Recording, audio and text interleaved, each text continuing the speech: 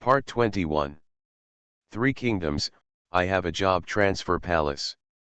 Author, Strong Wine Burns the Heart. Chapter 201. The princes from all walks of life came to Luoyang with anger, but were shocked by the sight before them. Before arriving in Luoyang just now, I saw thick smoke billowing in the direction of Luoyang from a distance. Even though it's daytime, you can still feel the red light of the fire. When Lu Feng saw it from a distance, he knew that Dong Zhou must have set fire to the city. Originally, Lu Feng knew that Dong Zhou set fire to the city of Luoyang when he moved the capital to Chang'an, but he did not know what it was like. He always thought that Dong Zhou just burned the palace, so he didn't know why he was reviled by everyone in the world, and why he was always burdened with such a heavy crime for future generations. After destroying Qin, didn't Xiang Yu also burn down Epang Palace? But now, he finally saw why Dong Zhou had been reviled for thousands of years. Instead of just burning the palace, he burned down the ancient city of Luoyang that had been built for hundreds of years. The entire city of Luoyang and all the palaces, temples, treasury, and other large buildings within a radius of 200 miles were burned down, leaving no intact house. The once prosperous capital city was reduced to ashes in the blazing fire. Looking around, there was black smoke everywhere, filling most of the sky. The princes from all walks of life looked at the scene in front of them, and all of them made those who were nostalgic feel sad. Under Dong Zhou's wanton destruction, the entire city of Luoyang became devastated, with ruins and broken walls everywhere you could see. And among the constantly jumping firelight, countless poor people can be vaguely seen, maintaining their last postures in life, but they will never wake up again. Dong Zhou moved the capital to Chang'an and took away a large number of people from Luoyang. However, as the capital, Luoyang has a population of nearly 1 million and is the most populous city in the Eastern Han Dynasty. Naturally, it is impossible for everyone to follow Dong Zhou and move to Chang'an. Moreover, Dong Zhou forced the people to go to Chang'an with him in order to build a capital palace for him in Chang'an. Naturally, only young men and some nobles from Luoyang families came with him. As for women, young and old, no one cares about their life or death at all. Those who could escape did so, and those who could not escape would naturally have to be burned alive in Luoyang city. People's hearts are made of flesh. If before coming to Luoyang, some princes were very dissatisfied with Yuan Shao for asking Lu Feng to march to Luoyang as soon as he heard that his uncle was killed, then no one would think so now.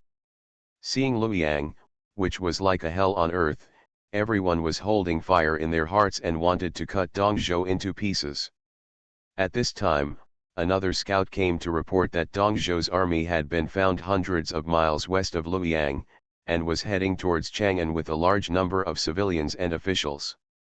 Hearing the words of the messenger, Cao clenched his fists and said to Lu Feng alliance leader, Cao thinks that the traitor Dong must want to move the capital to Chang'an. We should fight while he is still on the road, with no danger to defend and with a large number of people and inconvenience. He quickly pursued and killed the Dong thief on the road. If he waits until he reaches Chang'an, it will be difficult to attack him. As soon as Cao finished speaking, Yuan Shao spoke king side by side, my uncle was killed by the Dong thief. Shao wanted to kill the Dong thief and cut him into thousands of pieces. However, his uncle's body was still hanging on the city wall before his bones were cold, and he could not live in peace even after he died. Shao had no choice but to ask King Bingjian and Mengda to stop the Dong thief first. Shao still needed to kill the Dong thief. The uncle's body was removed and brought back to Runan, where he was laid to rest. As for the Dong thief, Shao was unable to pursue him for the time being, so he had to get rid of his sidekick Wang and help Shao kill the Dong thief in order to avenge Shao's uncle's death. Yuan Shao said. After speaking, Yuan Shu also said that he and Yuan Shao would transport Yuan Wei's body back to Runan and could not continue to march to pursue the Dong thief. As soon as Yuan Shu finished speaking, a scout ran into the Chinese army's tent and reported to Gongsun Zan report to General Gongsun that Lu He, the son of Lu Yu, the former Yuzhu shepherd, is leading Lu Yu's old troops to attack Yubelping. Now Bama Yakong, I am struggling to support myself, so I sent my subordinates to ask for help from my lord. When Gong Sunzan heard that his hometown was being attacked, he immediately became anxious. He hurriedly said, King Bingjian, Yubiping is Zan's home base. Once Yubiping is lost, Zan will have nowhere to go, so Zan decided to return to Yubiping first before. Lu Feng spoke. Sun Jian, who had been silent, spoke. King, side by side, Dong Zhou has fled to Luoyang. Although he has no brains, his son-in-law, Li Ryu, is very cunning. With Li Ryu's plan, it is impossible to be unprepared during the retreat, so now we are chasing the Dong thief. It must be very dangerous. Moreover, now that there is a fire in Luoyang, hundreds of years of relics are about to be burned.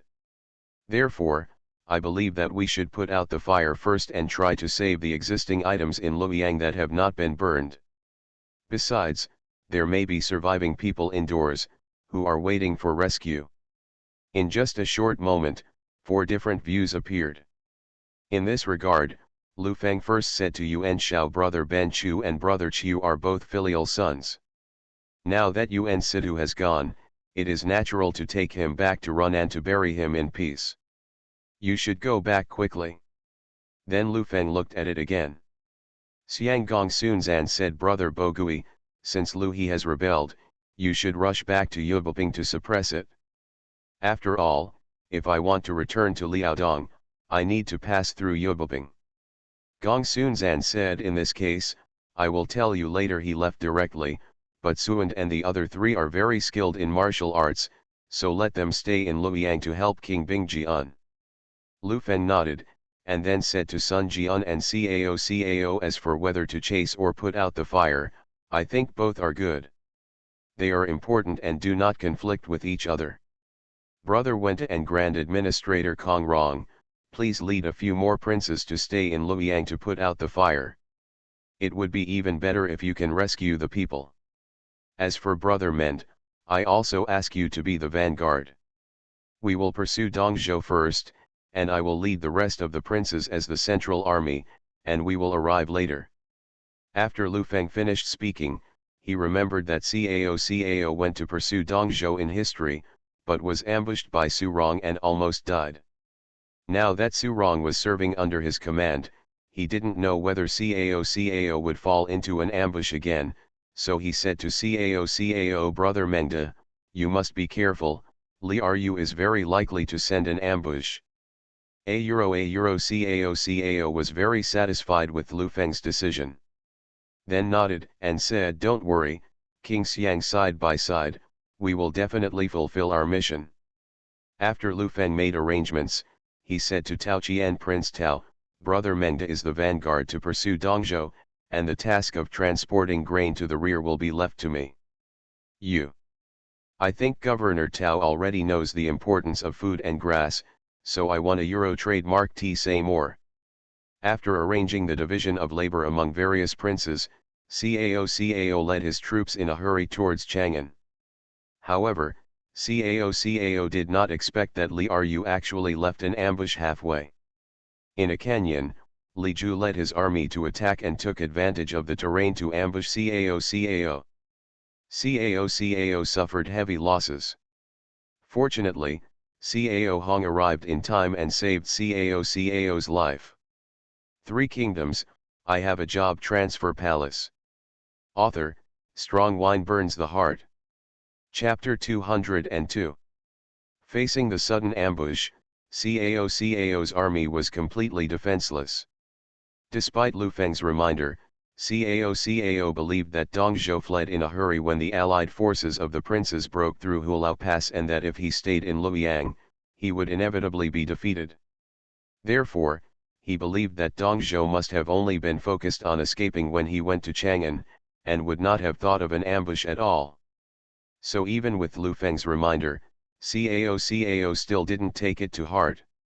And after carefully passing through several woods without finding any ambush, Cao completely gave up on reconnaissance, and instead accelerated the march of the entire army.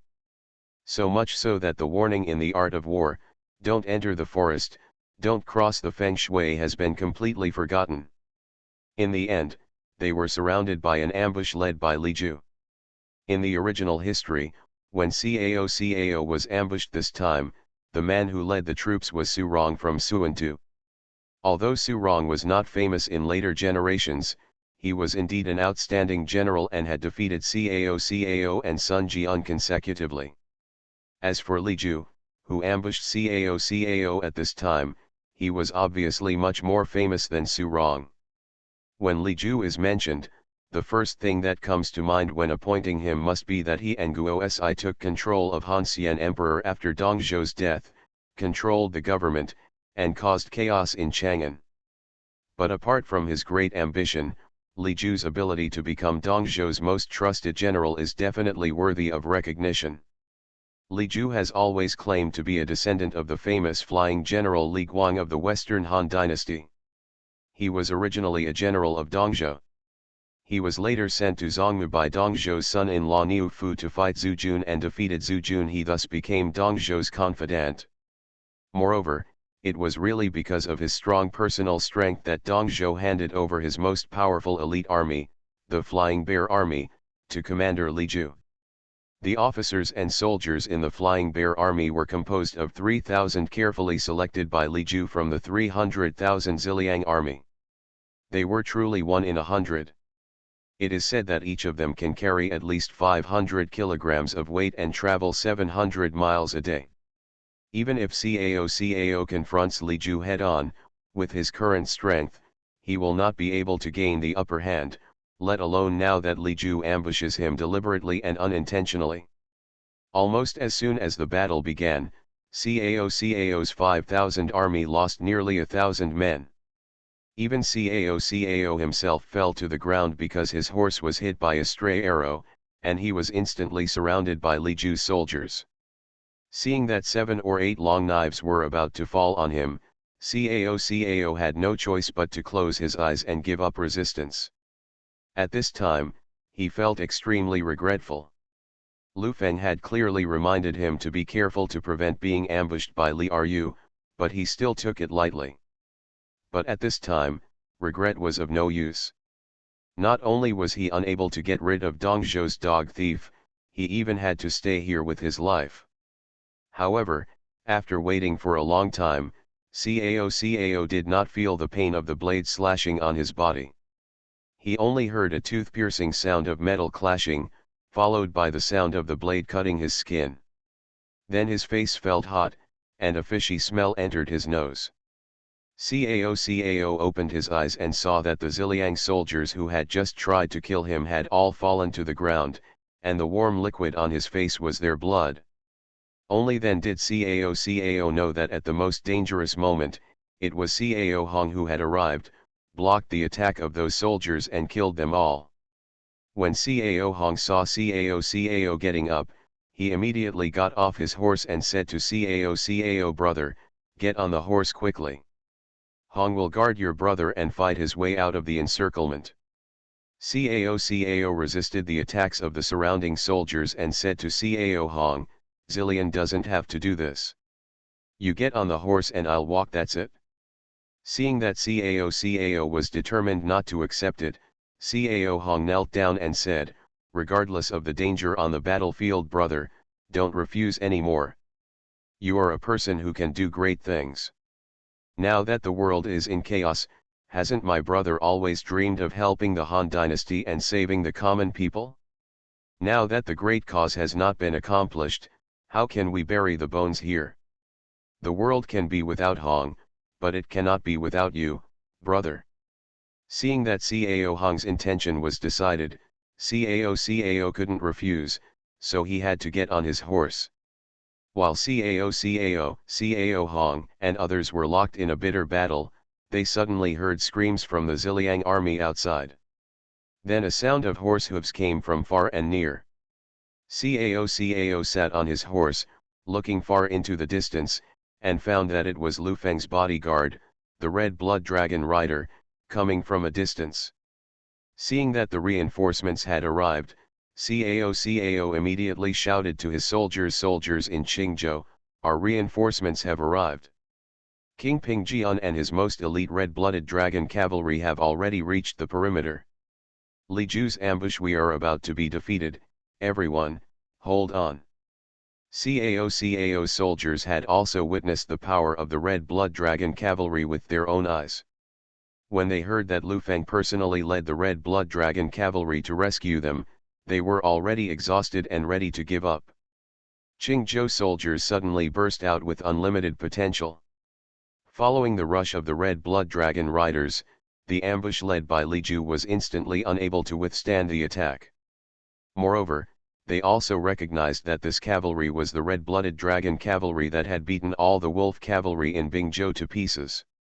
They immediately lost the will to resist and began to flee in the direction of Dongzhou's retreat. Cao looked at the Ziliang army who had defeated his own army and was unable to fight back. They were killed and fled instantly after the arrival of the red blood dragon riders. He felt both envy and sigh for Lu Feng in his heart. He didn't expect that Lu Feng, who was so much younger than him, could train such a powerful cavalry unit. And there is more than just one red-blooded dragon cavalry. Which of the Dragon City Iron Cavalry and Dragon Warrior soldiers is not world famous? At the same time, Cao also secretly made up his mind that after Dongzhou was eliminated and everything was settled, he would use all his resources to train a cavalry force as elite as the Red Blood Dragon Riders. In fact, he has already thought of a name for his unit, and it is called Tiger and Leopard Cavalry. It has the power of a tiger and the speed of a cheetah. Just as Cao was thinking about it, Lu Feng, who had driven away all Li Ju's army, came to Cao and asked, "Brother Mengde, are you okay?" Cao was still immersed in the fantasy of tiger and leopard riding, and suddenly woke up when he heard Lu Feng's words. Saw Lu Feng looking at him, and then he reacted. However, Cao was not restrained and said with a smile, "Thanks to the timely arrival of King Bingjian, Cao is not seriously injured. It's just that I just saw how powerful the red blood dragon cavalry under King Bingjian is, and I was so envious that I was in a trance." Lu Feng smiled and said nothing, and once again led the army on the road to chase Dongzhou. Dongzhou's army wanted to march on the road with hundreds of officials and the people of Luoyang, and the march was slow. Although Li Ru set up numerous ambushes along the way, Lu Feng saw through them one by one. In the end, the allied forces of the princes caught up with Dongzhou and quickly surrounded and killed the Ziliang army. Seeing the allied forces of the princes massacre surrounding his army, Li Ru knew that he was completely defeated. So he picked up the dagger, personally pierced the blade into Lu Xie's heart, and ordered the massacre of all the court officials. You are listening to Novels at Bless Up channel. Wish you happiness and luck. How do you feel about this novel? Please like and leave a comment. Three Kingdoms, I Have a Job Transfer Palace. Author, Strong Wine Burns the Heart. Chapter 203. The little Emperor Lu Xie was suddenly picked up by Li Ru without any preparation, and then he felt a sharp pain in his chest. He lowered his head in disbelief and found a sharp dagger stuck in his heart. At this time, he finally understood that his short life might be coming to an end soon. The huge fear overshadowed the pain in his chest. Lu Xie, realizing that death was coming, finally couldn't help but shed tears of fear. He lost his father when he was young, his brother was killed, he became emperor but was reduced to a puppet, and the dignity of the emperor was severely trampled to the ground by Dongzhou. All these sufferings did not make the young Lu Xie shed a single tear. But at this time, facing unknown death, he finally cried. However, after crying, he felt relieved instantly.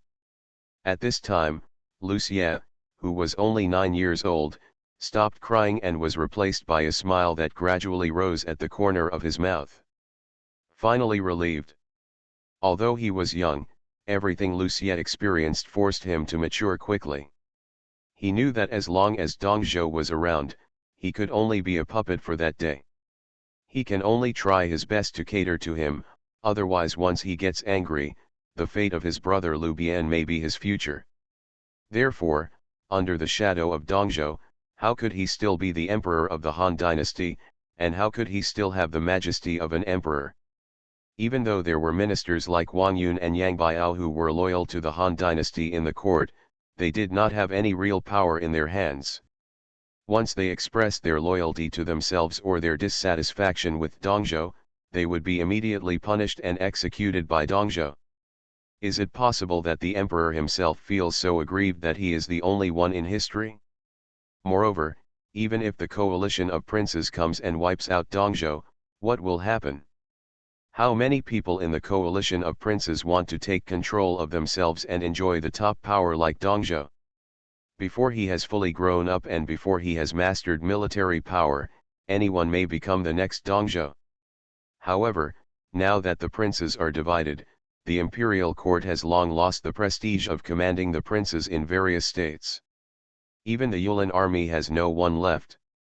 Even if you grow up and have the ability to handle government affairs on your own, so what? How could Dongzhou, or the second or third Dongzhou, give himself the chance to govern alone?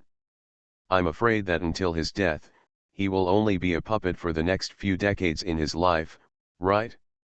Although he had no worries about food and clothing, and although he was still the emperor in name, the Han dynasty that Liu's ancestors, the great ancestor Liu Bang and Emperor Guanggu Lu Xiu had built for the Liu family, was ultimately ruined in his own hands. After being a puppet emperor in such a muddle-headed manner for decades, how could he have the shame to go to the underworld to meet Liu's ancestors once he died? In this case, why not use Liu's sword right now to close his eyes forever and never wake up again? At least, since I was only 9 years old, even if I lost my position as a member of the Han dynasty, my ancestors would not blame me. At least, I don't have to suffer the humiliation for more than 10 years. Even after death, you may see your father again, your grandmother Queen Mother Dong, and even your mother, who has almost no memory of her, Empress Wang Miran. When he thought of this, Liu Xie no longer had any fear, no longer felt pain, and even had a little hope and happiness. At this time, he has no nostalgia for this world at all. Perhaps the only thing he is reluctant to part with is the position of emperor left to him by his father. He has no way to protect it properly. But this was not a reluctance to give up the throne, but just a little guilt towards his father, the great ancestor and Emperor Guanggu, for ruining the Liu family. But when Liu Xie turned his head and saw Liu Feng fighting with the Ziliang army, this trace of guilt disappeared.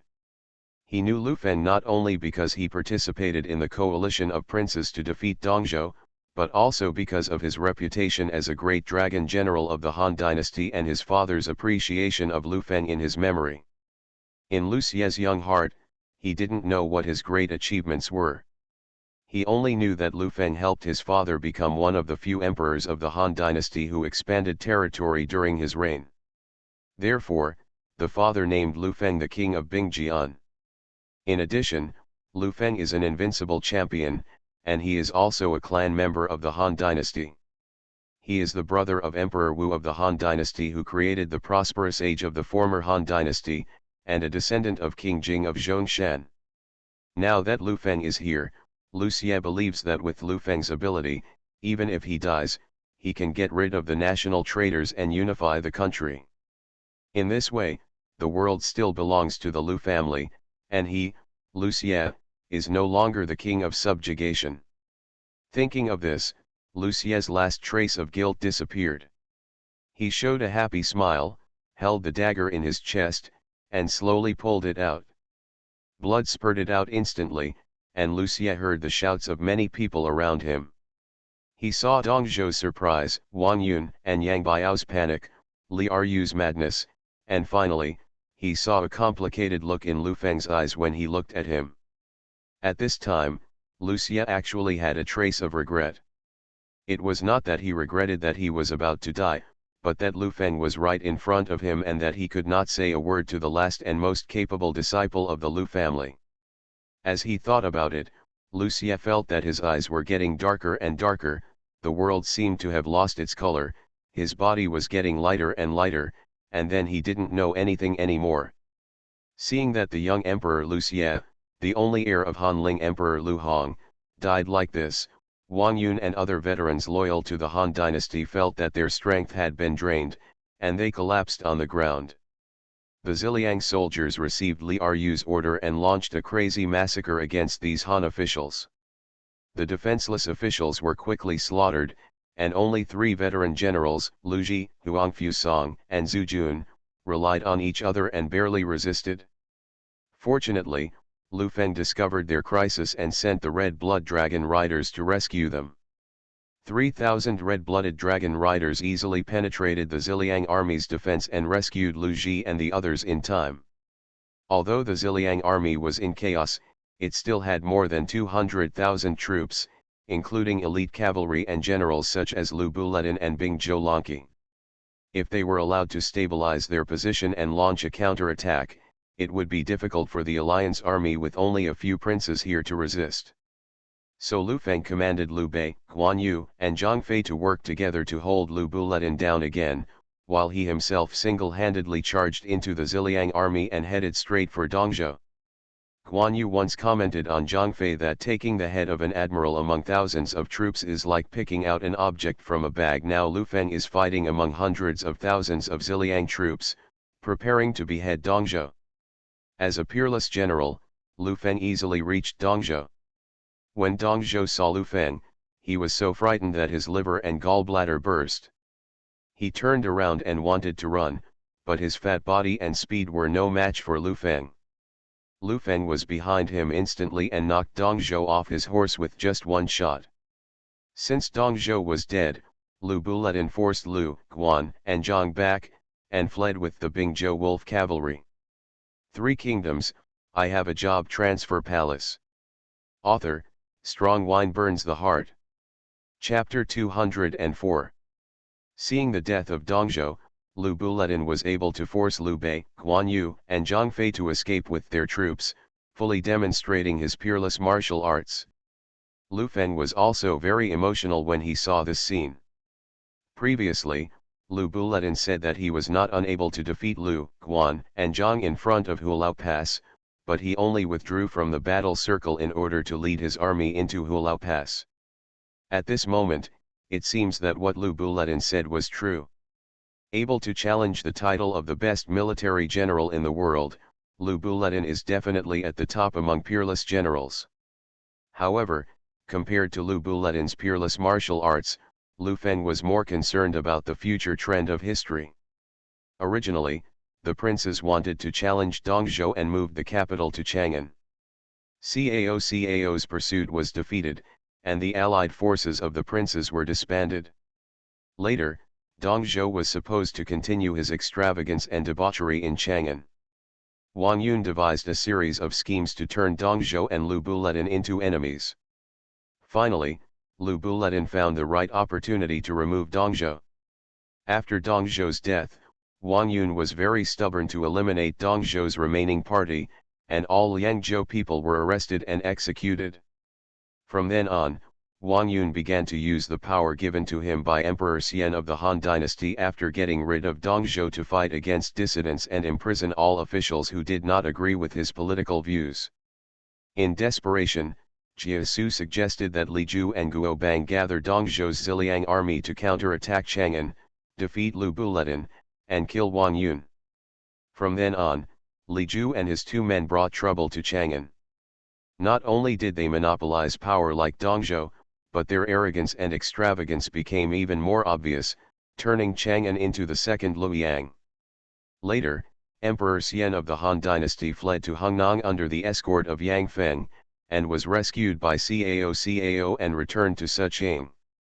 After that, the famous Cao took the emperor to order the princes. At the same time, the Eastern Han dynasty completely entered the era of feudal princes, separatist regimes and attacking each other. However, due to Lu Feng's participation, Dongzhou's plan to retreat to Luoyang failed. Not only did Li Ru's plan to ambush Cao fail, but even Dongzhou himself was killed by Lu Feng. With Dongzhou's early defeat, Lu Buletin led the Bingzhou wolf cavalry to escape alone, and even Emperor Xian of the Han dynasty died. There was no emperor of the Han dynasty in the whole world, and Lu Hong's two heirs all died. The world has entered the era of feudal divisions ahead of schedule. Moreover, in this era of separatist feudal lords, no one can hold the emperor hostage to command the lords. It can be said that the Han dynasty has perished. As the clan members of the Han dynasty, Lu Biao, Lu Yan, and Lu Feng will be the last hope of the Han dynasty. Especially Lu Feng, who was named the side-by-side king by Lu Hong, is likely to become the next ruler who is widely expected by the people of the world. However, Lu Feng did not want to think too much about future events, just because the development of things now has completely deviated from the original history, and Lu Feng can no longer predict what will happen in the future. While Lu Feng was still thinking about the next development, the commanders of the Ziliang army died and fled, and all the remaining Ziliang soldiers surrendered. Seeing that the situation was over, Li Ryu was about to commit suicide when he was discovered by Lu Feng, who sent someone to stop him and arrest him. At this time, Li Ryu's hair was disheveled, his face was covered with mud, and his body was covered with injuries. There was no trace of the grace of a celebrity in Liangzhou. However, even though the situation was over, after Li Ryu failed to commit suicide and was caught, he still held his head high unruly and was not ready to give in to Lu Feng. Li Ryu knew that everything he had done was for the sake of Tianhe, and Lu Feng would not forgive him easily. In this case, why bother lingering in a low voice and letting others laugh at you before you die? Lu Feng looked at Li Ryu. He knew that with Li Ryu's talents and strategies, if he could assist a wise master, he would achieve great things. It's a pity that Dongzhou couldn't fully understand his strategies around Dongzhou, and in order to cater to Dongzhou's perverted desire for control, Li Ryu had to come up with a series of vicious strategies. For example, when Luoyang burned, the lives of hundreds of thousands of civilians were lost in the sea of a flames, and the century-old capital was burned beyond recognition. The more Lu Feng thought about it, the angrier he became. He looked at Li Ryu, suppressed the anger in his heart and asked Li Ryu, "Do you think you can die so easily? If you die so simply, then everyone in Luoyang will die. How can the innocent souls of the hundreds of thousands of people among them be freed? What kind of hatred do you have for Luoyang that makes you come up with such an inhumane strategy?" Li Ryu said with a calm smile when faced with Lu Feng's questioning. "Winning a king or losing a bandit is always that simple. If we successfully escape to Chang'an today, I will be the winner. Everything I did was to hold you back, and my strategy will be successful. However, I did not expect that you actually let the fire burn in Luoyang and came to arrest me directly. It turns out that Mr. Wang Jingjian is not that noble." Lu Feng saw Li Ryu's face that he was not afraid of boiling water, so he gave up asking him about the burning of Luoyang, and pointing to the body of Lucia not far away, he said, "Lucia is still a child. Even if he is made emperor by you, he is only 9 years old. All these political struggles should not make him a victim. Since this king I have led the coalition of princes to catch up with you. You can use Lucia's life as a threat. I will definitely let you go. But why do you want to kill him too?" Li Ryu heard Lu Feng talking about Lucia and said furiously, "You hypocritical villains, you clearly wish in your heart that Lucia would die so that you could fight for the world. Now that I have done for you what you want to do but dare not do, you still come to blame me? When I issued the slogan, it's you who didn't recognize Lucia's position as emperor, and now it's you who blame me for killing him. Lu Feng, can you stop being so hypocritical?" Lu Feng was not angry after hearing Li Ryu's words. He just said calmly, "The fact that the king does not recognize his position as emperor does not mean that the king wants him to die. Not to mention that he is still a child. The king's wife, Princess Wanyan Lu Xian, is his biological sister. As a brother-in-law and a great man's consort, the king naturally I don't trademark T want him to die." After hearing Lu Feng trademark's words, Li Ryu suddenly laughed like crazy and said, if you don't a Euro trademark T want him to die, that a Euro trademark S right? What? Li are you, can a Euro trademark T get, none of you can think of, I just want it. Destroy it, ha ha ha. After Li Ryu said this, he suddenly broke away from the guards on both sides, rushed straight towards Lu Feng's black jade spear, and ended his life by committing suicide. After Li Ryu's death, the Ziliang army was completely leaderless and could only wait for Lu Feng and the allied forces of the princes to carve up and recruit them. But before that, Lu Feng came to Lu Xie's body and picked up his thin body. As he said, he is not only the king of Side by Side, but also the consort of the Han dynasty. Emperor Xian of the Han dynasty, Lu Xie, was his brother-in-law. He should collect his body and bury him alive for Princess Wanyan. 3 Kingdoms, I have a job transfer palace. Author, Strong Wine Burns the Heart. Chapter 205. Huangfu Song, Zhu Jun, and Lu Ji, 3 veterans who had always been loyal to the Han dynasty, saw Lu Feng full of sadness about Lu Xie's death, and they were very conflicted in their hearts. They were loyal to the Han dynasty all their lives and dedicated their entire lives to the Han dynasty, but in the end they still couldn't save the last single seedling of the Han dynasty. Therefore, regarding Lu Xie's death, the 3 of them felt extremely sad, as if their faith in pursuing their life had suddenly collapsed. However, when they saw Lu Feng's tall figure when he picked up Lu Xie, they felt extremely relieved. No matter how much Lu Feng said that he did not recognize Lu Xie's throne, at least it could be seen from his grief over Lu Xie's death that he still had feelings for the big man in his heart. Moreover, as the late emperor personally conferred the title of one side-by-side king, if Lu Feng were to succeed the emperor of the Han dynasty, he would surely be able to lead the Han dynasty to achieve even more glorious development. However, whether Lu Feng is willing to become the new generation of emperor of the Han dynasty needs to be decided later.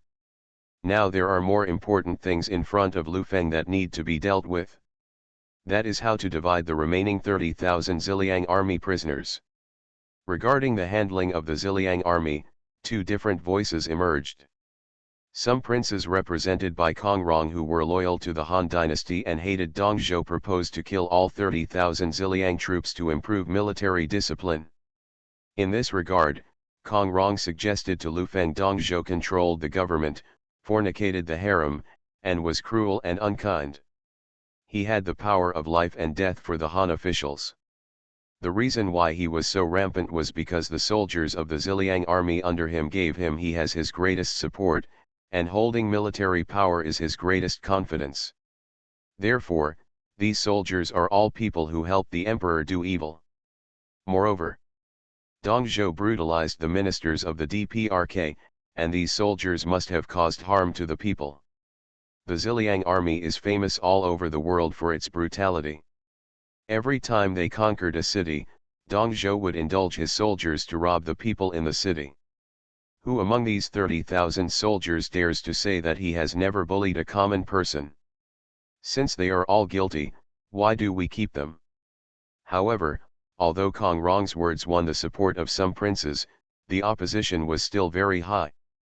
After all, the Ziliang army followed Dongzhou in the south and north, pacified the Yellow Turban army, and suppressed the rebellion in Liangzhou. It was all the credit of the Ziliang army. As an elite soldier who has fought many battles, the Ziliang army's combat effectiveness is very strong, and can even be said to be a world-famous elite soldier. Therefore, in the eyes of many people, the Ziliang army is just a piece of fat. Many people are staring at this piece of fat and want to eat it. For example, Liu Bei had very few troops under his command. He only recruited a few troops when he was the county magistrate. However, after Zhang Fei furiously whipped the postal supervisor and was forced to resign, he only had 500 troops left. In this continuous battle against Dongzhou, most of the 500 troops and horses had been consumed long ago, and now only less than 200 were left. Therefore, Liu Bei has been keeping an eye on these 30,000 Ziliang troops, wanting a piece of the pie. So, Just after Kong Rong finished saying that he wanted to kill these Ziliang soldiers, Liu Bei objected. Kong Bihai, please be patient. Although Dong Zhou deserves death, these Ziliang soldiers are just in his hands, it's just a knife. Everything they did was under orders. They would do whatever Dong Zhou or Li Ru asked them to do. Although those evil things were done by them, it was not their original intention. Besides, before joining the Ziliang army, they must have all come from poor people. Especially since Ziliang is located in a remote area and has been invaded by foreign tribes for a long time, they are also pitiful people. Moreover, the Ziliang army is also Han Chinese. Since they have surrendered, how can you kill your own compatriots? So, since the captives have harmed Tian He, I think since they can't help themselves, why can't we give them a chance to change their ways? After Liu Bei finished speaking, Kong Rong said then according to Suan's words, how to reform. Liu Bei said accept the recruitment of various princes, join the subordinates of various princes, and then serve each prince, and eliminate all the most evil people. Liu Bei finished. Several princes immediately responded. So everyone looked at Lu Feng, hoping that King Jingjing would make a decision. Lu Feng saw that everyone believed in him, so he said, I think Suan's words are very reasonable. Since the Ziliang army is also Han, and they have laid down their weapons and surrendered, if we still swing the butcher knife at them, then we and those foreigners will. What's the difference? Everyone was very excited when they saw that Lu Feng agreed with Liu Bei's opinion, but how to divide it, the princes were not sure about paying attention for a while. Seeing this, Cao suggested, since we are dividing the prisoners, we should naturally divide them according to the credit and contribution of each prince. As the commander of the allied forces, King Bingjian was also the one who defeated Lu Buletin and killed Dongzhou. Naturally, more prisoners should be allocated. Cao suggested that the 10,000 troops and horses should be allocated directly to the king of Pingjian. In this pursuit, Operation acted as the vanguard and took the lead in holding back Dongzhou's army. Cao took 1/3 of the remaining 20,000 troops. First, do you all have any opinions? The various princes knew that Lu Feng, Cao, and Liu Bei had the greatest contribution to the pursuit of Dongzhou, so they had no doubts about Cao's method of dividing the troops. In the end, Lu Feng was assigned 10,000 troops, Cao received 6,600 troops, and Liu Bei, Guan Yu, and Zhang Fei were assigned 2,000 Ziliang troops because they had successfully blocked Lu Buletin twice. As for the other princes, the prisoners they were assigned were different. After dividing the prisoners, the princes, together with Lu Feng, escorted the body of Emperor Xian of the Han dynasty back to Luoyang, and found a geomantic treasure to bury him. After burying Emperor Xian, all the princes said goodbye to each other and led their troops back to their fiefdoms. As for Lu Ji, Huangfu Song, and Zhu Jun, as the most senior and experienced veterans since Emperor Ling of the Eastern Han dynasty, they had already spent their remaining years in Luoyang. However, following the people in Luoyang, they had nowhere to go at this time. So Lu Feng invited the three of them to settle in Longcheng. Lu Ji was naturally very happy about Lu Feng's arrangement. After all, his old friend Cai Yang was in Longcheng, and the two hadn't seen each other for a long time. Huangfu Song and Zhu Jun also regarded Lu Feng as the only heir to the Han dynasty, so they agreed. The next day after arriving at Longcheng, Lu Ji, Huangfu Song, and Zhu Jun gathered with Cai Yang, found Lu Feng, and jointly said the country cannot live without a king for a day. The lower officials and others requested to join the king to ascend the throne and become the new successor of the Han dynasty emperor. Lu Feng was also surprised by the four people's joint request. However, Lu Feng did not agree, but said that he would consider it. Later, Lu Feng came to Guojia for discussion, but Guojia did not give any suggestions. He just asked, Master, do you want to be the successor or the founder? You are listening to novels at Bless Up channel. Wish you happiness and luck. How do you feel about this novel? Please like and leave a comment. Three Kingdoms, I Have a Job Transfer Palace. Author, Strong Wine Burns the Heart. Chapter 206. When Lu Feng saw that Guojie neither agreed nor opposed his proclaiming the emperor, but instead posed a question to himself, he suddenly couldn't figure out the difference between the two. So he asked Guojie, "Oh, I don't understand what Feng Xiao said. What is the founder and what is the successor?" Guojie heard Lu Feng's question, but he was not in a hurry to answer, but picked up the wine again. Gord took a sip of wine, and then said with a smile, "My lord was wise for a long time, why are you so confused now? The so-called successors naturally inherit the legacy of their predecessors, which is the Han dynasty. Now the royal family personnel have transferred orders, in particular, from the 4th Emperor Han He Emperor Lu Zhao of the later Han dynasty to the 12th Emperor Han Ling Emperor Lu Hong, and even the subsequent young emperors Lu Bian and Xiandi Lu Xie, they all ascended to the throne at a very young age. Among them, especially the 5th Emperor, Emperor Lu Long of the Han dynasty, was the youngest and was established as emperor less than 100 days after he was born. When the young emperor came to power, the consequences were eunuchs, relatives, especially the queen mother, who listened behind the curtain and ruled the family. So often eunuchs appeared in order to gain power, the emperor was killed when he was about to come of age. Even though several of these emperors were not killed by eunuchs, none of them was older than 36 years old. The previous emperor died in his youth, and the consequences were the new emperors all ascended the throne at a young age, which formed a vicious cycle.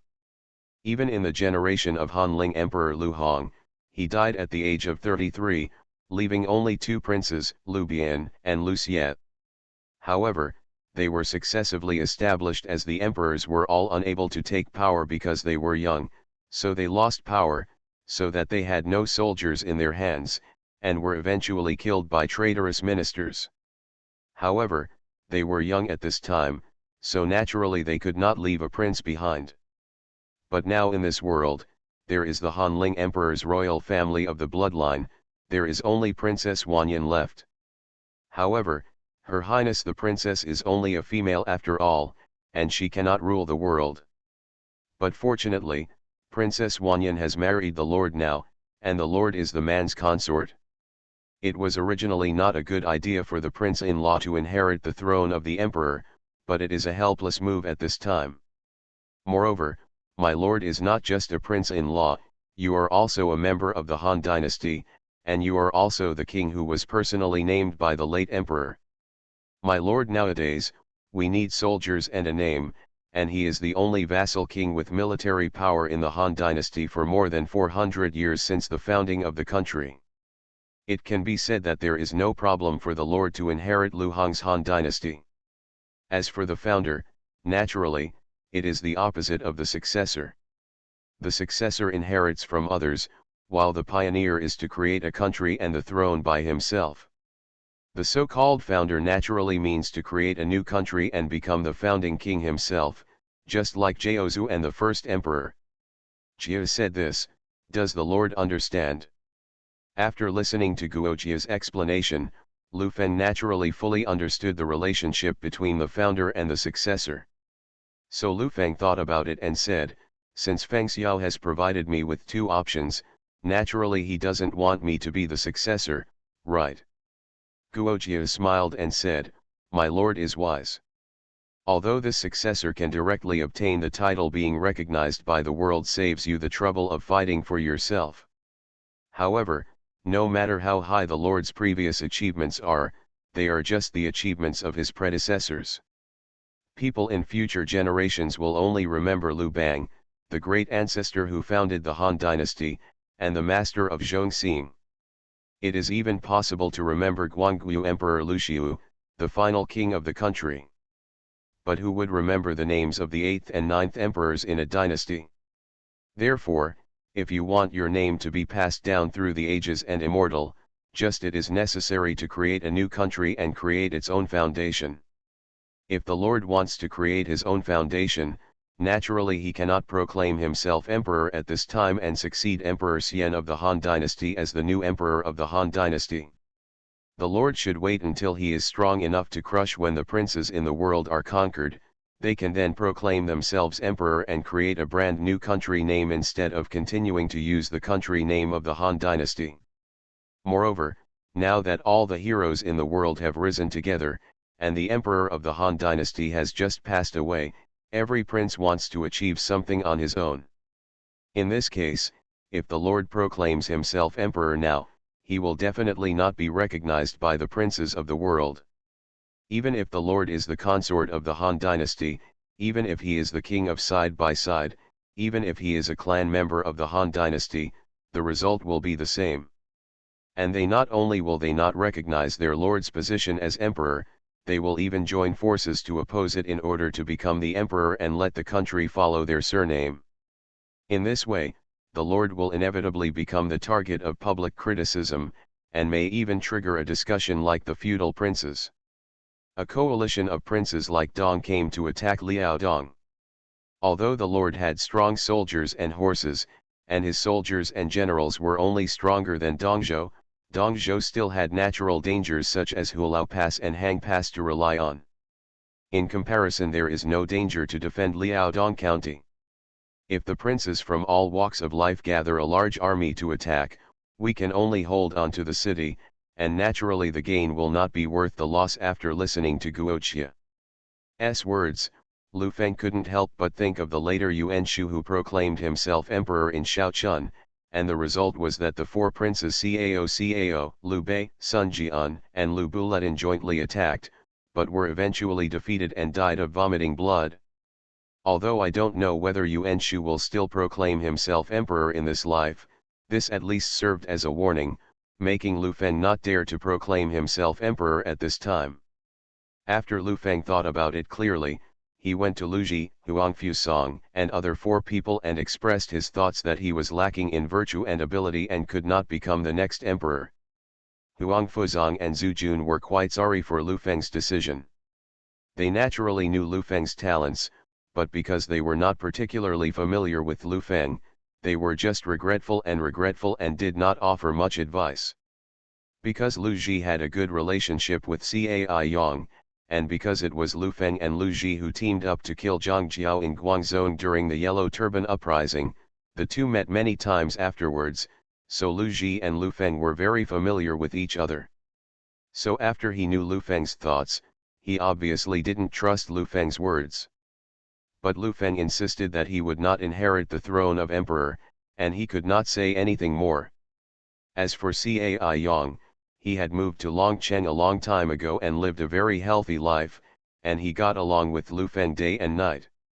In addition, Lu Feng was already married to Cai Yan, and Cai Yang was very satisfied with this son-in-law, so everything followed Lu Feng's own ideas and would not impose his will on Lu Feng or Cai Yan.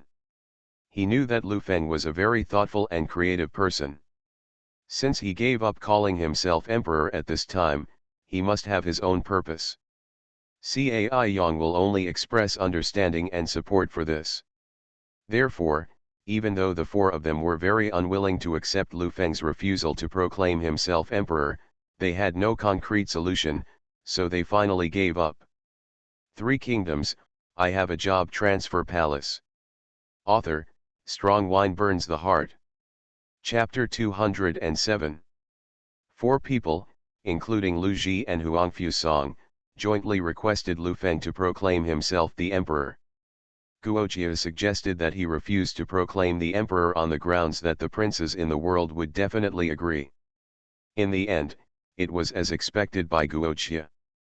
Since returning to their respective territories from Luoyang, the princes of the world began to buy horses, rapidly develop their own power, and prepare to give it a try. After all, everyone knows that with the death of Han Xian Emperor Lu Xie, the entire Han dynasty has no successor. With the collapse of the Han dynasty, the only bloodline belonging to the royal family was Lu Xian, the princess of 10,000 years. However, if Lu Xian were a man, if he wanted to become emperor, or if someone supported him to ascend to the throne of emperor, all the princes in the world would still support him. But Lu Xian is a female, and in this world, men have always been in power, so a female has no choice and will not be recognized as the emperor. Let alone the emperor, even if a woman becomes an official in the court, it is not accepted by etiquette and law. Therefore, it is impossible for Princess Lu Xian of 10,000 years to become the emperor. If Lu Xian had not married Bingbian King Lu Feng and became the princess of Bingbian King, I am afraid that with the death of her father Ling Emperor and her brother Xian Emperor, she would have no way to survive.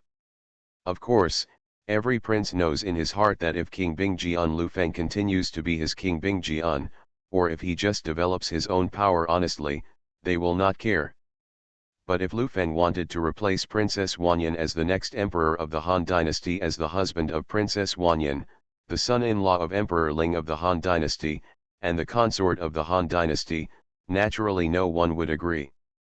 However, although this message spread widely, everyone knew that it was impossible for Lu Feng to become emperor at this time with his strategy. Therefore, the princes from all walks of life are very clear and more certain that the next situation in the world will be like the great chaos in the spring and autumn period and the warring states period, when a full-scale melee is about to break out. No matter who it is, they all want to break out of this melee and become the supreme master of the world. For this goal, the princes who established the road would naturally recruit troops and horses to accelerate the development of their own power. And among these princes, one person has obtained a treasure that is enough to make all those who want to become the emperor extremely jealous. This person is Jiangdong Tiger, Sun Jian, and Wenta. And the treasure he obtained was the imperial seal that had been the symbol of the emperor since the first emperor.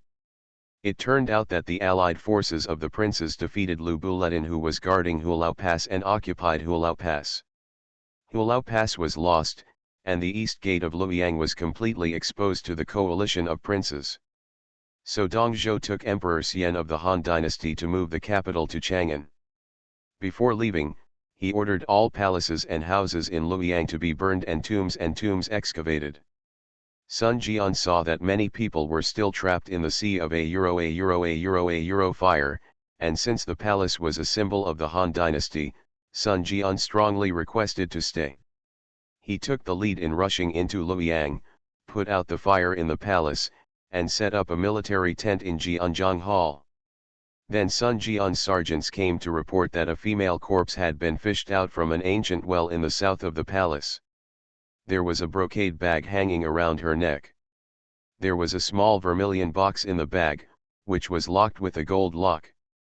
Sun Jian saw that the small box was so mysterious and its decoration was so extraordinary, so he opened it and found out to his surprise that there was a jade seal inside.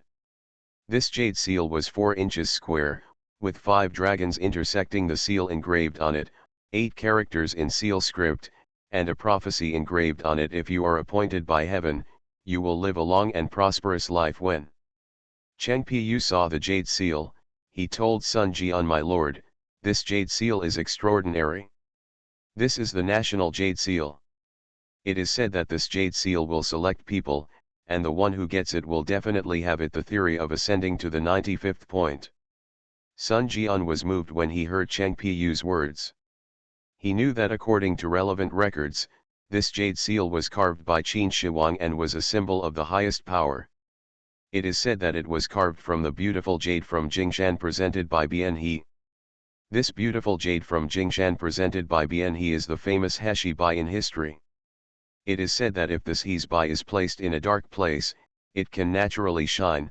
Placed between seats, it will be warm in the winter months and can be used as a stove. It will be cool in the summer months, keeping mosquitoes and flies away. It can also remove dust and ward off evil spirits. Considered a national treasure. When Qin Shi Huang unified the 6 countries, the Heshi Bai would naturally belong to Qin Shi Huang. Qin Shi Huang ordered people to carve this national seal with He's jade, hoping to serve as a certificate and mark to be passed down from generation to generation. The 8 words on it, "If you are ordered by heaven, you will live long and prosperous," were also written in the handwriting of Qin Shi Huang's Prime Minister Li Si. It is said that Qin Shi Huang was touring the world in 219 BC. When the boat arrived at Dongting Lake, there was a sudden storm and waves. Someone suggested throwing a treasure to calm the waves, so they threw the national seal into the lake. As a result, Dongting Lake was really calm immediately. 8 years later, someone fished the jade seal from the bottom of the lake. At that time, Qin Shi Huang was on a hunting tour to Huayan. The man blocked the road with his seal and offered it back to Qin Shi Huang, saying, "Hold this to return the ancestral dragon." Shortly after the death of Qin Shi Huang, Liu Bang invaded Xianyang. Xing, the last emperor of the Qin dynasty, dedicated the imperial seal to Liu Bang. After the founding of the Han dynasty, this jade seal was passed down from generation to generation and became a symbol of the transfer of the throne. Later, Wang Mang usurped the Han dynasty and ordered his minister Wang Shun to ask for the imperial seal from Wang Mang's daughter, the Empress Dowager Xiao Yuan of Han dynasty. However, the Empress Dowager Xiao Yuan of the Han dynasty was devoted to the Han dynasty and could not be forced. In a rage, she threw the jade seal to the ground. From then on, the jade seal was missing a corner, so Wang Mang had to have it set in gold. Later, Emperor Guanggu of the Eastern Han dynasty Lu Xiu defeated Wang Mang and took back the imperial seal. This seal became the symbol of the Han family and the world. At this time, Sun Jian obtained this imperial seal, and naturally began to dream of becoming an emperor. However, he knew that he was too weak to dominate the world, so he hid the news of obtaining the jade seal, and quickly ordered a retreat back to Changsha after the fire in Luoyang was extinguished. However, even though he repeatedly ordered that everyone who knew Yuxi must keep it strictly confidential, the matter was still leaked. In fact, the leak of the jade seal cannot be blamed on Sun Jian and his soldiers. After all, Sun Jian and other princes were not the only ones who put out the fire and cleaned the palace in Luoyang at that time. When Sun Jian's soldiers discovered the female corpse, the brocade bag and the small red box in it, there were soldiers from other princes around.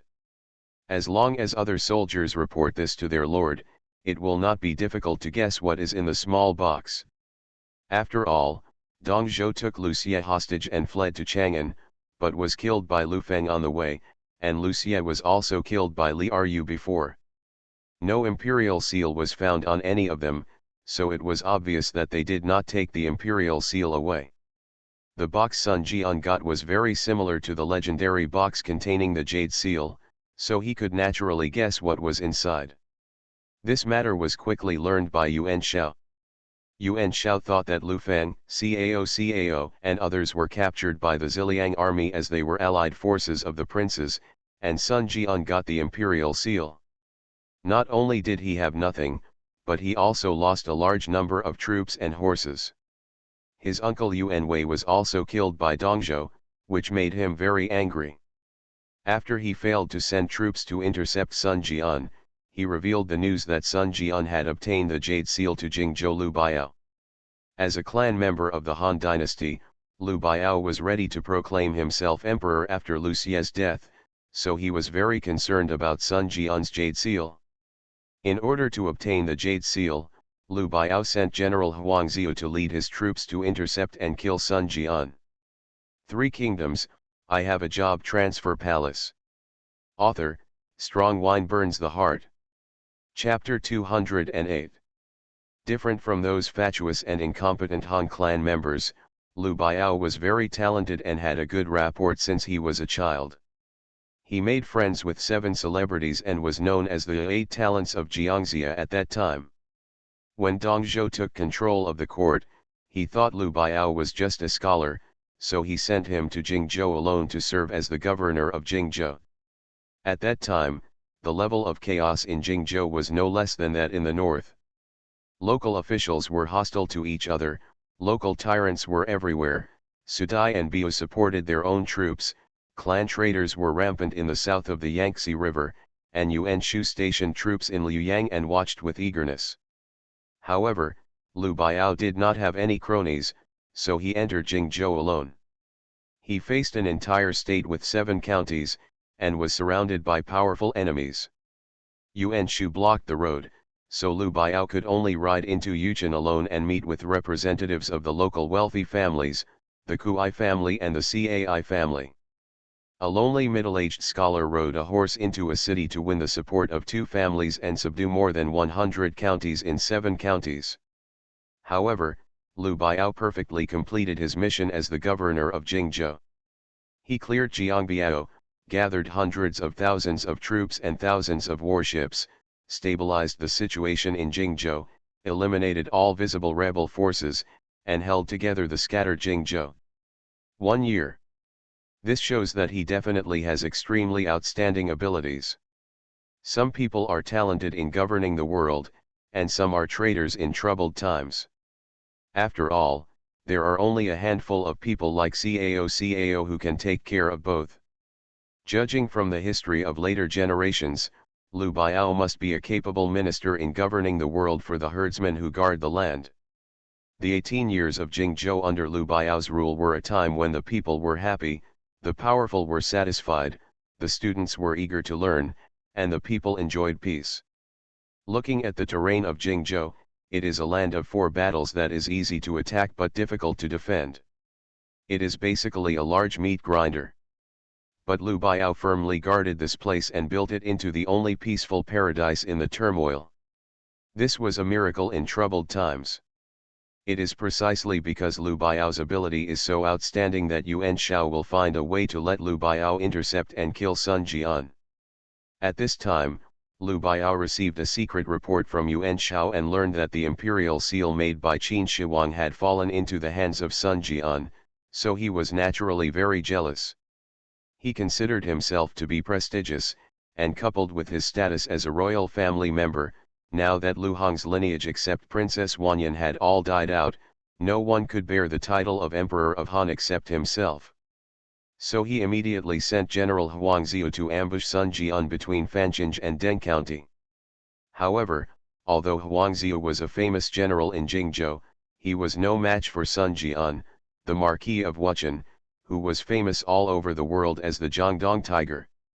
Although he was ambushed, Sun Jian reacted quickly.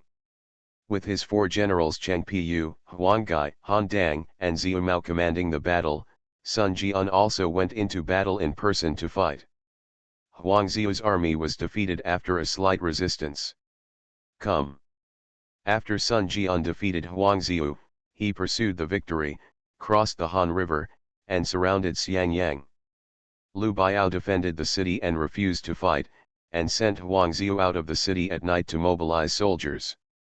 Soon after Huang Ziu returned with his troops, Sun Jian started a battle with Huang Ziu again. However, Sun Jian himself was highly skilled in martial arts and could be regarded as an enemy of 10,000 people. Coupled with the 4 generals including Cheng Piyu and Huang Gai, Huang Ziu was no match for him. He wanted to withdraw his troops into the city, but was blocked by Sun Jian. Huang Ziu was defeated and fled into the Xian Mountains 10 miles outside the city. Sun Jian did not think too much and took advantage of the victory to pursue him all night. However, Huang Ziu's escape into Xian Mountain was premeditated. Before that, Lu Biao had discussed with him and arranged for soldiers to ambush in the mountains in advance. Once he could not defeat Sun Jian, he would flee into Xian Mountain. So after Sun Jian's army entered Xian Mountain, Huang Ziu ordered his soldiers to hide in the darkness of bamboo trees and fire hidden arrows from the bamboo forests. Sun Jian took the lead and rushed to the front. When he saw Huang Ziu's ambush in front, he quickly turned his horse and retreated. However, Huang Ziu finally ambushed Sun Jian. He would not let him go easily, so he immediately ordered the archers to fire thousands of arrows. At this time, Sun Jian was turning around and running away, so naturally he couldn't see the countless arrows shot from behind. In later history, Sun Jian was ambushed by Huang Ziu in the Xian Mountains and died from several arrows. However, the appearance of Lu Feng at this time completely changed the direction of history and Sun Jian's fate. Since Lu Feng did not send Sun Jian as the vanguard when attacking Hulao Pass, Sun Jian's general Ziu Mao did not die at the hands of Hua Xiong. Xiu Mao has followed Sun Jian for many years. Not only is he a brother-in-law with Sun Jian, but he also knows that Sun Jian is fierce in battle and only cares about killing the enemy without thinking about defense, so he has always followed Sun Jian to protect him. At this time, Sun Jian turned around and retreated, but countless arrows were still fired at him. Xiu Mao followed Sun Jian and saw arrows shooting from the sky like locusts. He knew that if he didn't do anything, both he and Sun Jian would be shot to death. However, it doesn't matter if he dies, but there are so many Jiangdong men under his command who are still waiting to conquer the world with Sun Jian, so Sun Jian must not have anything bad happen to him. So in the midst of lightning and flint, Xiu Mao whipped his horse fiercely, came behind Sun Jian and shouted, "My lord is offended." Then he flew towards Sun Jian, and both of them fell off the horse, but Xiu Mao, after landing, he turned over, pressed Sun Jian firmly to the ground, and used his body to block the incoming arrows for Sun Jian. Sun Jian was thrown off his horse in an instant without any precautions. He was immediately dizzy from the fall. Before he could react, he heard a puff sound coming from his body. After the sound stopped, there was a smell of blood. As Gge breathed, the strange noise stopped. Sun Jian pushed the person on him away and found that there were bows and arrows stuck on the ground everywhere around him, and the person on top of him turned out to be Xiu Mao. Looking at Xiu Mao with his back covered with arrows, Sun Jian instantly understood what was going on. It turned out that in order to save himself, Xiu Mao blocked all those bows and arrows with his body. Thinking of this, Sun Jian's eyes instantly filled with tears. However, when Xiu Mao saw Sun Jian, who was unscathed, he smiled and said, "My lord is fine, I can rest assured. From now on, Mao cannot accompany my lord to conquer the world.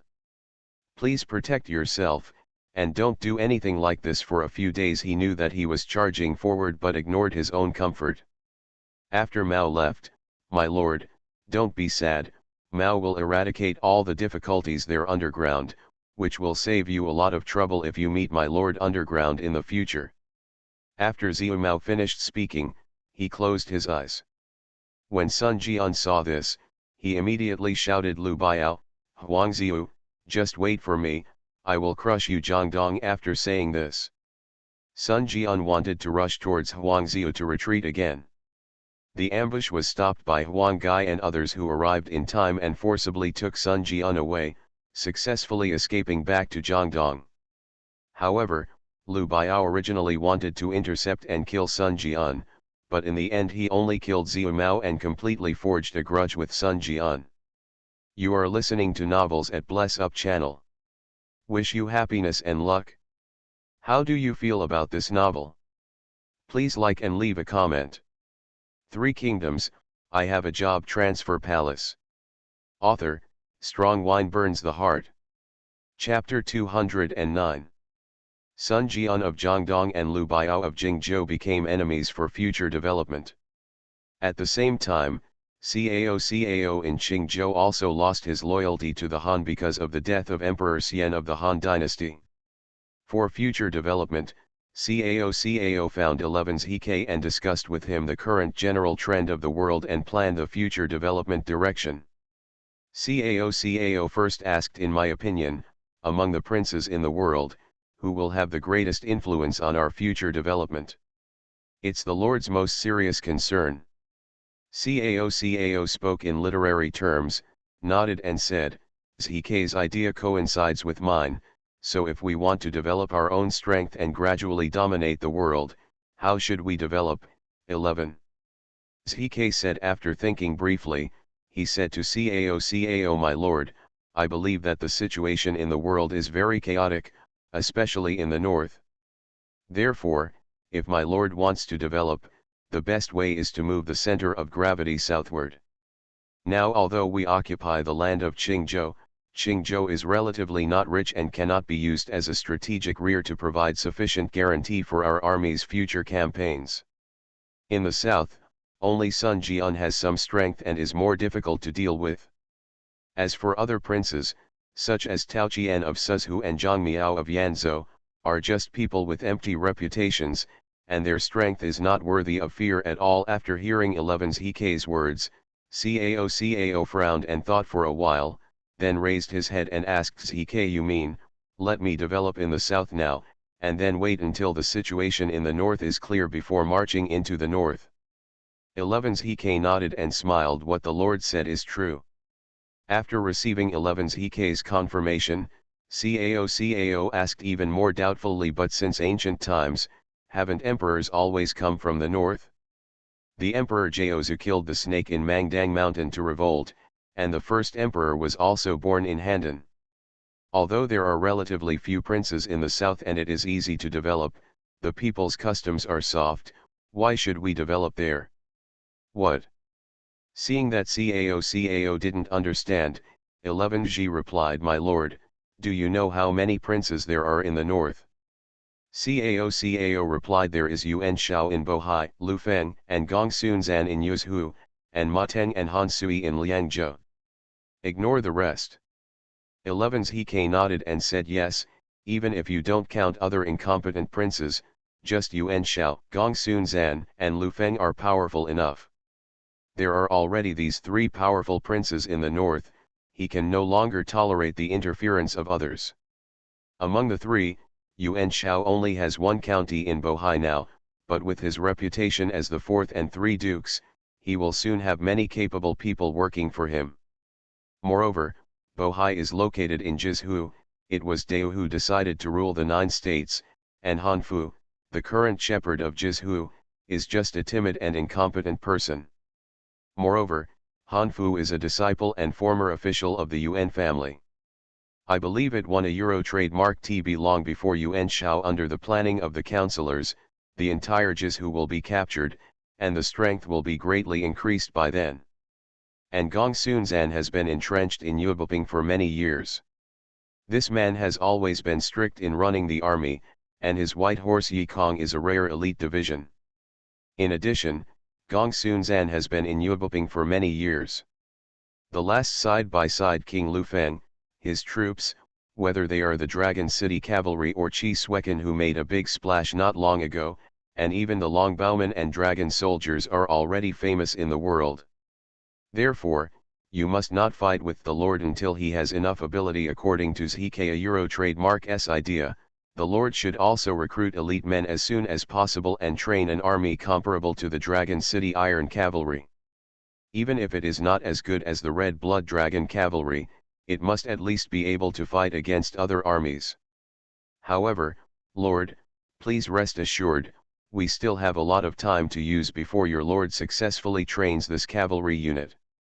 Because although everyone in the 3 northern regions has strong military strength, no matter what the relationship between Lufeng and Gongsunzan is now, the 3 of them will definitely have one or even several battles. When the time comes, he will command the remaining Fang forces and become the ruler of the north. Under such circumstances, if we continue to go to the north, it will inevitably make the already very crowded north even more overcrowded. Without time for development, it may not take 2 years to have conflicts with one or several of them and lead to war. Meet. In this case, there is no need to think about Yuzhou, Jizhou, Bingzhou, Silizhou, or even Liangzhou in the north. And if we go to the south, we can first eliminate some less powerful princes, occupy their positions, and then secretly develop our power while Lufeng, Yuan Shao, and others are fighting. First annex Zhangmiao of Yanzhou, and then seize Suzhou from Taoqian, plus the current Qingzhou. When the time comes, the Lord will take the land of several states and go south to Yangzhou, and become one of the overlords of the south in one fell swoop. Only then will he be qualified to confront the king of side-by-side. Cao listened to 11's Hike's analysis and couldn't help but ask, but although the situation in the north is chaotic, Lufeng is definitely in the lead among his own forces. If nothing else happens, Gongsunzan and Yuan Shao will definitely not be his opponents. Even if they contain Lufeng, we may not catch up with his development. In this way, once only Lufeng and us are left in the future, we will never be Lufeng's opponents. 11's Hike smiled and said, my lord, what you said makes sense, but naturally we will not let Lu Feng develop. I don't a Euro trademark T know if my lord has noticed that since Lu Feng annexed Goguryeo and the late emperor set up Goguryeo County to be ruled by Lu Feng rarely led Longwu soldiers or even Longcheng cavalry on expeditions. After hearing 11's Hikei's reminder, Cao instantly thought of the several times Lu Feng sent troops, so he said Hikei didn't say anything, I haven't paid attention yet. It is true that Lu Feng has not led other troops to attack for a long time. Whether it was the Liangzhou rebellion or the crusade against Dongzhou, only a troop of Red Blood Dragon riders accompanied him on the expedition. Even though the Red Blood Dragon cavalry is indeed powerful in combat, the rest of the Dragon City Iron Cavalry and other armies also have powerful combat effectiveness, and with them, they will definitely have a better chance of winning. But Lu Feng didn't take them with him, and as far as I know, his friend Guojiao from Yingchuan Academy had already gone to Liaodong to serve Lu Feng. Even his subordinates are ashamed of Guojiao's talent. But after he went to work for Lu Feng, he never saw Lu Feng taking him into battle. All this can only explain one problem, that is, he is leading the Longcheng cavalry and other troops to guard Liaodong or Goguryeo. And Liaodong is located on the border, and there are Suantu and Yubei Pingping as barriers, so it will not be easily invaded. So this can only mean that there may be a big secret hidden in Goguryeo County. After hearing what 11's Hikei said, Cao was shocked and asked, what secret? 3 Kingdoms, I have a job transfer palace. Author, Strong Wine Burns the Heart. Chapter 210. Cao asked 11's Hikei what secrets were hidden in Goguryeo County. 11's Hikei said what the secret is, my subordinates don't know. But what the secret is not important to us now. What is important is how to limit it. Lu Feng's development makes it impossible for him to continue to expand his strength. Cao nodded and said Hikei is right. It can be seen from the recent battle against Dongzhou that Lu Feng's strength has far a lot stronger than other princes. Lu Buletin's Bingzhou Wolf cavalry is so powerful, with such charging momentum, others can only remain undefeated by using an army 10 times his size to hold it back through a war of attrition. However, Lu Feng only relied on this. 3,000 red-blooded dragon riders can kill the Bingzhou Wolf riders to a pulp. The fighting power of these red-blooded dragon riders is obviously enough to sweep the world. And Lu Feng's own force is even more impressive. He can even suppress Lu Buletin. If such a person is given more time to develop, I'm afraid it won't take long for the world to be captured by him. Then what method can Hikei have to restrict Lu Feng? 11's Hikei replied only with the power cannot restrain Lu Feng at all. But other princes may not be willing to give up developing their own strength at this time and harass Lu Feng, giving others time to develop. Therefore, we can only unite with the major foreign races in the north to give Lu Feng broad a blow. When Cao heard 11's Hikei's words, he frowned and said foreign race. Hikei knows that people who are not from our race must have different hearts. Although I want to stop Lu Feng's development, after all, it is within our Han people. How can we use the hands of foreigners to attack us Han people? Moreover, foreigners have always been greedy. Let them attack Liaodong, and maybe they will take the opportunity to wreak havoc in Suantu, Lelang and other places. This method of luring wolves into the house is not advisable. After hearing Cao's words, 11's Hikei immediately developed a strong respect for Cao in his heart. Nowadays, all the princes in the world are almost unscrupulous in order to achieve their goals. There are too few princes like Cao who have principles, stand, and can stick to their principles. However, his thoughts were not what Cao thought. He explained my lord's meaning can naturally be understood by my subordinates. But my subordinates' plan is not what my lord thinks. My subordinates also hate the foreign races extremely and wish to kill them all. But this does not conflict with the plan of my subordinates, and it will not endanger the safety of the people. Cao saw that Hikei said that he would not endanger the people. He finally breathed a sigh of relief and said, in that case, ZK, just tell me how to use foreign races to prevent Lu Feng from developing. 11 ZK nodded and said, my lord, do you know what the weather is like in the north of Yuzhou now? Cao thought for a while and said, it's winter now. It's so cold in Qingzhou, so it must have snowed over there in Yuzhou a long time ago, right? 11 ZK smiled and said, my lord, you guessed it right. My subordinates have already sent scouts to Yuzhou and other places to check for intelligence, and according to the scouts reported that there has been heavy snowfall almost every day in the north of Yuzhou for the past month. The major foreign races, which are mainly nomadic, must have been without food for many days after encountering the snow disaster.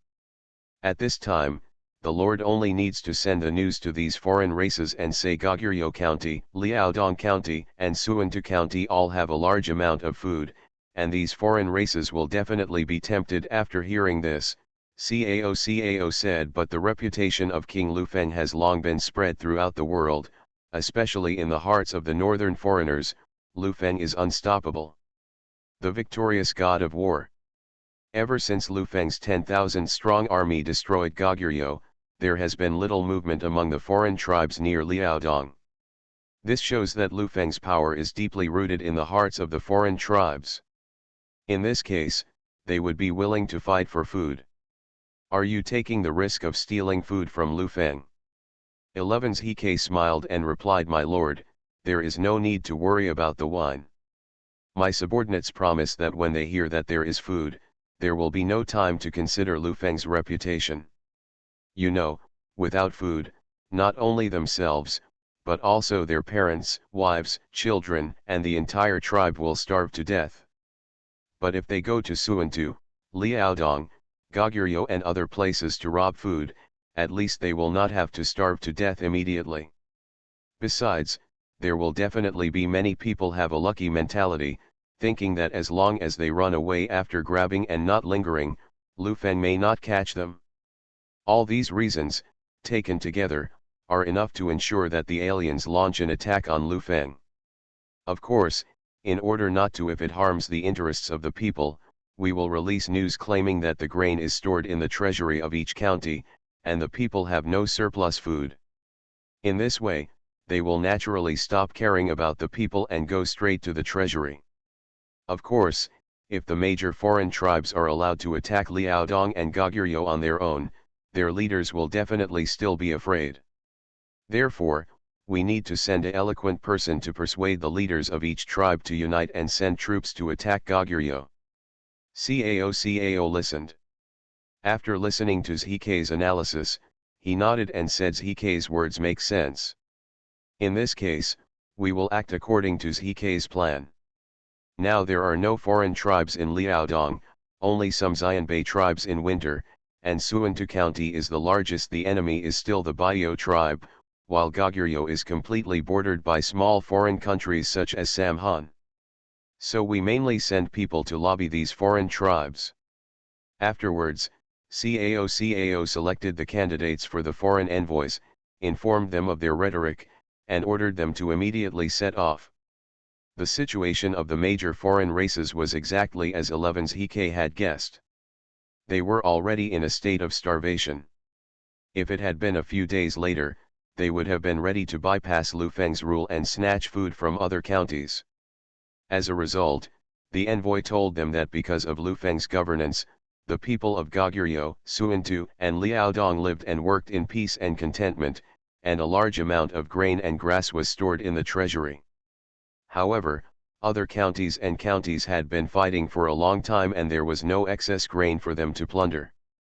After hearing this news, the leaders of the major foreign tribes would inevitably be tempted by the counties under Lu Feng's rule. However, due to Lu Feng's reputation and his strong influence among the foreign races, the major foreign races did not dare to go to Liaodong, Goguryeo and other counties to rob them. In this regard, the envoy followed what 11's Hike said to him and persuaded the leaders of the different races. Since it is difficult for one clan alone to fight against Lu Feng, several different races can unite. After hearing the envoy's suggestion, the leaders of the foreign races seemed to have thought of a solution instantly. They all agreed to form an alliance and met and communicated under the organization of the envoy. In the end, they finally united and launched a surprise attack on Goguryeo County, Suwon-to County, and Liaodong County. Among them, Xianbei went south to attack the eastern, western and northern parts of Liao, and Fuyu went south to attack Suwon-to. Three Hans went north to prepare to pass through Lelang County to attack Liaodong County and Goguryeo. Woju and Luyi jointly attacked Goguryeo. Liaodong and Suwon-to counties, as well as Goguryeo, encountered crises at the same time.